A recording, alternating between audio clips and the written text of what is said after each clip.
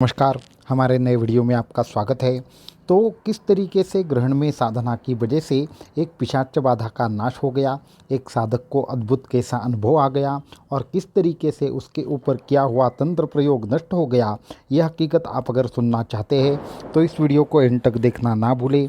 साथ में ही हमारे चैनल को सब्सक्राइब करें, वीडियो को लाइक करें और ज़्यादा से ज़्यादा लोगों तक इन्हें पहुँचाइए। तो आप सभी लोगों को मालूम है कि ग्रहण में जो भी हम साधना करते हैं वो अत्यंत दिव्य होती है। अभी तक आपने ग्रहण में साधना करनी चाहिए, ग्रहण में साधना करने से लाभ होता है और अनुभव आते हैं, ऐसा आपने ज़रूर सुना होगा। परंतु पहली बार हम आपको बताने जा रहे हैं कि ग्रहण में साधना से किस तरीके से अनुभव आते हैं, हमें कौन से अनुभव आए और किस तरीके से जो भी साधनाएँ हमारी उन्नत हो जाती है और आखिर इसकी वजह से हमें किस तरीके से हमारे जीवन में परिवर्तन होता है, बड़े से बड़ी बाधा नाश होती है, स्मशान प्रयोग का अंत होता है। आखिर ऐसी कौन से दिव्य अनुभव है जो हमने खुद भी आज एक्सपीरियंस किए, तो ये सारी चीज़ें आपके साथ हम शेयर करना चाहेंगे। और साथ में ही अगर आपको ये सारी चीज़ें सुननी है तो इस वीडियो को एंड तक देखना ना भूलें। साथ में ही ऐसी ही इन्फॉर्मेशन के लिए हमारे चैनल को सब्सक्राइब करें, वीडियो को लाइक करें और ज़्यादा से ज़्यादा लोगों तक इन्हें पहुँचाइए। और साथ में ही बेल बटन दबाना भी ना भूलें, जिसकी वजह से आपको नोटिफिकेशन भी मिलते रहे। तो ग्रहण साधना, तो सूर्य ग्रहण साधना जो है वो अत्यंत अद्भुत रहती है। उससे जो होने वाले लाभ है वो भी अत्यंत अद्भुत ऐसे रहते हैं। तो ऐसे ही हमारे जो भी आजू बाजू के लोग हैं, जो हमारे साधक हैं, उनको हम हमेशा ही ग्रहण साधना के बारे में बताते हैं। तो आज सूर्य ग्रहण था, तो सूर्य ग्रहण के समय में जो भी साधना हम करते हैं वो अत्यंत अद्भुत ऐसी होती है। आने वाले 10 सालों तक अभी ये जो अभी सूर्य ग्रहण हुआ वैसा सूर्य ग्रहण नहीं होने वाला, और इससे पहले भी काफ़ी सालों से ये योग बन नहीं रहा था। तो जिन्होंने भी आज साधना की है, जिन्होंने भी सूर्य ग्रहण पे समय साधना की है, तो उस सूर्य ग्रहण साधना का अद्भुत फल उनके आने वाले जीवन में उनको सभी साधकों को देखने को मिलने वाला है। इसलिए जो ग्रहण काल है वो सबसे उत्तम काल होता है साधना की सिद्धि के लिए। ऐसे ही हमारे एक साधक थे, तकरीबन 6 या 7 सालों से उन्होंने दीक्षा लेकर दत्त संप्रदाय के साधना मार्ग के निर्देशन अनुसार वो साधना कर रहे थे। अभी हुआ ऐसे कि उनकी साधना पिछले 3 या 4 सालों से छूट रही थी, वो ठीक से साधना कर नहीं पा रहे थे। तो तकरीबन 6 या 8 महीने पहले वो फिर से हमारे साथ एक बार कनेक्ट हो गए और उन्होंने हमें कहा कि गुरुजी, हम तो साधना पहले कर रहे थे, बहुत अच्छी चल रही थी, परंतु अभी कुछ कारणों की वजह से साधना खंडित हो गई है। हमने कहा कुछ बात नहीं, जो हुआ वो जो है वो भगवती की इच्छा, माँ भगवती की इच्छा। तो फिर आप एक काम करें, फिर से साधना शुरू करें। तो उन्होंने साधना शुरू कर दी। बीच में हुआ ऐसे था कि उनके गांव के यहाँ कुछ प्रॉब्लम हुआ था, उसके बाद उनके ऊपर कुछ तंत्र बाधाएं थी और साथ में ही उनके जो घर के परिवार के सदस्य थे गांव में, उनके ऊपर भी तंत्र बाधा की हुई थी। तो उसके लिए उनको एक अलग से दत्त संप्रदाय की एक विशिष्ट मंत्र की उपासना दे दी और साथ में ही ये जो नवरात्रि हुई तब हमने माँ बगलामुखी की साधना करने के लिए उनको कहा था।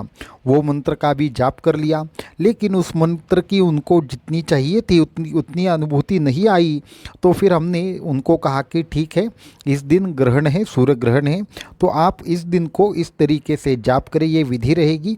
और उसके पहले एक दिन उनको हमने कहा कि लक्ष्मी पूजन भी है, तो लक्ष्मी पूजन को रात को 11 से 1 बजे के बीच एक विशिष्ट उपासना करने के लिए कहा।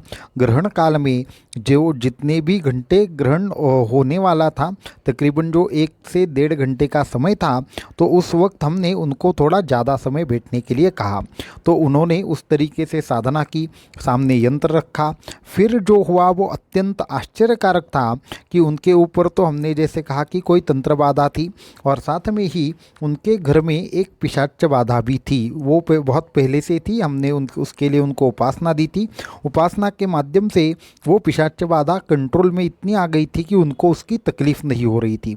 लेकिन जब उन्होंने ग्रहण के समय साधना शुरू की तो उन्होंने साधना वहाँ पे शुरू की, उसी वक्त हम भी यहाँ पे बैठे थे। कुछ विशेष लोगों को, विशेष साधकों को ये इंस्ट्रक्शन थी कैसे साधना करनी है, क्या साधना करनी है, वो थोड़ी सारी चीज़ें हमने उनको एक्सप्लेन की थी। तो तो उस पद्धति से उन्होंने मंत्र जाप शुरू किया। वो यहाँ पे हमने भी मंत्र जाप शुरू किया। उसके बाद उन्होंने मुद्रा की न्यास किया, प्राणायाम किया और यंत्र के सामने उनको जो मंत्र बोलना था वो बोलना शुरू कर दिया। उनको तकरीबन 41 माला कम से कम उस मंत्र की करनी थी। 1 माला, 2 माला, 3 माला हो गई, उनको कुछ विशेष अनुभूति नहीं आई। 7वीं माला होने के बाद उनके शरीर में ज़ोर ज़ोर से कंप आना शुरू हो गया। उसके बाद हमने उनको और एक इंस्ट्रक्शन दी थी, चाहे कुछ भी आकृति दिखाई दे, कुछ भी दिखाई दे, कुछ भी हो, आपको साधना से छुटकारा नहीं प्राप्त करना है, आपको साधना छोड़कर नहीं उठना है, चाहे कुछ भी हो जाए, प्राण जाए, किंतु साधना आपको नहीं छोड़नी है। तो ये उनके पक्के मन में था। तो उन्होंने 9वीं जैसे ही माला की, उनके सामने एक भयानक दृश्य दिखना शुरू हो गया। क्या हुआ, उनको एक भयंकर आकृति ऐसी दिखाई देने लगी, धीरे धीरे उसकी आंखें लाल लाल ऐसी दिखाई देने लगी और एक ऐसा श्मशान जैसा दुर्गंध, अत्यंत भयंकर ऐसा दुर्गंध उनके पूरे घर में फैलने लगा। घर के लोग डर गए। उनके घर के एक कोई थे सदस्य, उन्होंने हमें कॉल भी किया कि गुरुजी इस तरीके से कोई चीज़ हो रही है तो क्या करें। हमने कहा कि कोई भी बात नहीं, आप साधना शुरू रखें, आपको कोई भी फिक्र करने की आवश्यकता नहीं है। तकरीबन 30 मिनट तक ऐसी अवस्था उनके घर में थी, सब टेंशन में थे। उसके बाद उनकी तकरीबन 18 माला पूर्ण हो चुकी थी। 18 माला पूर्ण होने के बाद कोई उनको ऐसे गला दबा रहा है ऐसा उनको आभास होने लगा। वो ज़्यादा डरने लगे, लेकिन उन्होंने साधना नहीं छोड़ी। फिर उसके बाद उन्होंने अचानक से क्या किया उनको भी पता नहीं। वो जो मंत्र चल रहा था उनके सामने हमने गोमूत्र रखने के लिए कहा था, तो वो गोमूत्र और पानी मिक्स करके उन्होंने अपने चारों ओर एक विशिष्ट मंत्र से वापस से कवच कर लिया और साधना शुरू कर दी। तकरीबन 21 माला पूर्ण होने के बाद उनको जो आकृति दिखाई दे रही थी वो अचानक से चली गई और साथ में ही घर में पूर्ण तरीके से जो दुर्गंध फैली हुई थी वो दुर्गंध भी अचानक से गायब हो गई। अब धीरे धीरे उनको प्रकाश दिखना शुरू हो गया। तो तकरीबन जब उनकी 25 माला पूर्ण हो चुकी थी, 25 से 26 माला, तो उनको वो आकृति दिखना बंद हो गई, दुर्गंध चली गई, उसके बदले वो उनको प्रकाश दिखने लगा और धीरे धीरे धीरे उनको साक्षात भगवान दत्तात्रेय उस यंत्र से बाहर आ रहे हैं ऐसा चित्र दिखने लगा। और धीरे धीरे धीरे भगवान दत्तात्रेय ने उनको दर्शन दिए। श्रीपाद श्री वल्लभ स्वामी महाराज की जो प्रतिमा रहती है उस फॉर्म में दर्शन दिए और साथ में उनको 3 मुख वाले दत्तात्रेय का भी आगे दर्शन हुआ। उसके बाद में उन्होंने उनको प्रणाम कर दिया और उनकी जो टोटल साधना थी वो पूर्ण हो गई। लेकिन जब साधना उनकी पूर्ण हो गई, उनके हाथ से माला छूट गई और वो ध्यान में, गहरे ध्यान में चले गए और तकरीबन उन्होंने 7:30 बजे तक साधना की। तकरीबन 3:30 या 4:30 के आसपास कभी बैठे होंगे, उनको जल्दी बैठने के लिए कहा था। तो तब से लेकर उन्होंने 7:30-8 बजे तक उनकी साधना चलती रही और जब उनकी साधना होने के बाद आंखें खुली तो वो आश्चर्यचकित हो गए, क्योंकि उसके बाद घर वालों ने जो बताया वो अत्यंत आश्चर्यकारक था कि वो जिस रूम में बैठे थे उस रूम से इतना सारा प्रकाश बाहर आ रहा था, इतना सारा प्रकाश बाहर आ रहा था कि पूछिए मत। उनके घर वाले खुद भी हैरान हो गए, ये क्या हो रहा है। उसके बाद सारी चीज़ें उनकी पूर्ण हो गई और वो सारी चीज़ें पूर्ण होने के बाद उनको वापस से एक बार भगवान दत्तात्रेय के दर्शन हुए। वो 5 मिनट के लिए शायद बेहोश हो गए थे या फिर ऐसी अवस्था में चले गए थे जिसे हम समाधि अवस्था कह सकते हैं, परंतु ये असली समाधि अवस्था नहीं थी। ये उनका मंत्र जाप की वजह से जो परिणाम था वो था। और उसी क्षण उनके जो गाँव था उस घर में भी पूर्ण तरीके से सुगंध आ रही थी। तो ऐसा अद्भुत अनुभव इनको आया और ये जो अनुभव था ये अत्यंत ज़बरदस्त ऐसा अनुभव है सभी लोगों को बताने के लिए कि ग्रहण पे या विशिष्ट तिथि पे साधना करने से क्या हो सकता है। और फिर हमने ध्यान दृष्टि से देखा तो उनके घर की जो भी अभी समस्या है वो पूर्ण तरीके से नष्ट हो गई है। सभी प्रकार के बाधाओं का उनके अंत हो गया है। तकरीबन आने वाले 21 दिनों के अंदर ही उनको उनका जो भी प्रभाव है वो देखने को मिलेगा।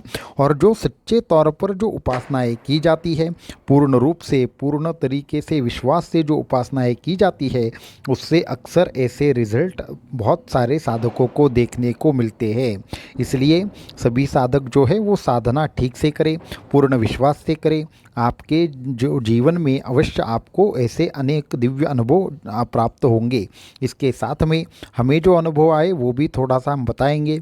जैसे ही इस काल में हमने शुरू कर दिया हमारा जाप, तो एक विशेष जो ये रहता है, दश महाविद्या रहती है, उसमें से एक विशिष्ट विद्या का कुछ उच्च स्तरीय जाप था, वो हम करने बैठ गए। उसके बाद हमें 9 के 9 जो देवियाँ रहती है, नव देवियाँ के जो रूप रहते हैं उसके कुछ दर्शन प्राप्त हुए।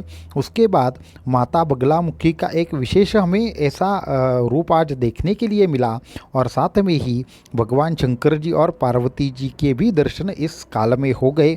उसके साथ ही सूक्ष्म देह से बाहर जाकर कैलाश और मानस सरोवर के यहाँ पे हम जाकर उनके आशीर्वाद प्राप्त करके आए। सभी लोगों के लिए हमने माँ बगलामुखी से प्रार्थना की कि हमारे सभी जो साधक हैं उनकी कामनाएं पूर्ण करे, सभी साधकों के मनोरथ पूर्ण हो जाए, और उनको जो भी मार्गदर्शन करने के लिए हमें शक्ति चाहिए वो आप प्रदान करें, और सभी साधकों के ऊपर कृपा करें। ऐसा मन ही मन में उनको नमस्कार करके उनसे आशीर्वाद प्राप्त किया। तो हम ये चाहते हैं कि जो लोग साधना पूर्ण श्रद्धा से, पूर्ण भक्ति भाव से करेंगे, उनके जीवन में माँ बगलामुखी हो या फिर भगवान दत्तात्रेय हो, वो अवश्य कृपा करेंगे। तो आप अगर विश्वास के साथ साधना मार्ग में आगे बढ़ते हैं तो आपके जीवन की सभी समस्याएं जो है वो गुरु या फिर जो आपके इष्ट है वो संभाल लेते हैं। तो इसलिए सभी साधकों को मैं आग्रह करना चाहूँगा कि आप साधना बिल्कुल ना छोड़ें। साधना जितनी करेंगे उतनी ही सिद्धियाँ आपको प्राप्त होगी, उतना ही आपको दिव्य अनुभव आएगा। और जैसे उन साधकों का अभी सभी प्रकार के प्रॉब्लम से छुटकारा हुआ, वैसे भी आपकी भी समस्त प्रकार की जो भी समस्याएं हैं वो खुद ब खुद नष्ट हो जाएगी। इसके लिए साधना मार्ग पर विश्वास रखें और ऐसे अद्भुत अनुभव जो है वो आप भी ले सकते हैं। तो ग्रहण काल में जो भी हमें अनुभव आए उसमें से कुछ दिव्य अनुभव आपको साथ शेयर किए। इसको छोड़कर हमें पूरा वाइब्रेट हो रहा था, उसके साथ में ही कुछ वक्त ऐसा लगा कि हम हवा में तैर रहे थे। उसके बाद हमें कुछ आधे या 1 घंटे तक समाधि अवस्था का आभास हो रहा था, और इसके साथ में ही जितने भी साधक साधना में बैठे हैं वो क्या प्रार्थना कर रहे हैं, उनका संकल्प क्या है, ये सारी चीज़ें सुनाई दे रही थी। तो साधक कभी भी ऐसी मन में विचार ना लाए कि हमें जो भी लगता है, हमें जो भी तकलीफ़ होती है वो हम गुरु तक कैसे पहुंचाए, क्योंकि गुरु आपके साथ ही रहते हैं, और जब भी आप साधना करते हैं, कोई विचार करते हैं, तो वो गुरु शक्ति तक पहुंचता ही है। तो इसलिए साधना कभी भी ना छोड़े। साधना से ही आपका कल्याण होगा, समस्त प्रकार के दुखों से मुक्तता होगी, और आप पर उस भगवंत की जरूर कृपा होगी। तो आज के इस वीडियो में इतना ही। तो आप एक बार वापस से साधना मार्ग के साथ जुड़ जाए और आज से आपका नया जीवन शुरू करें। अवधूत चिंतन श्री गुरुदेव दत्त।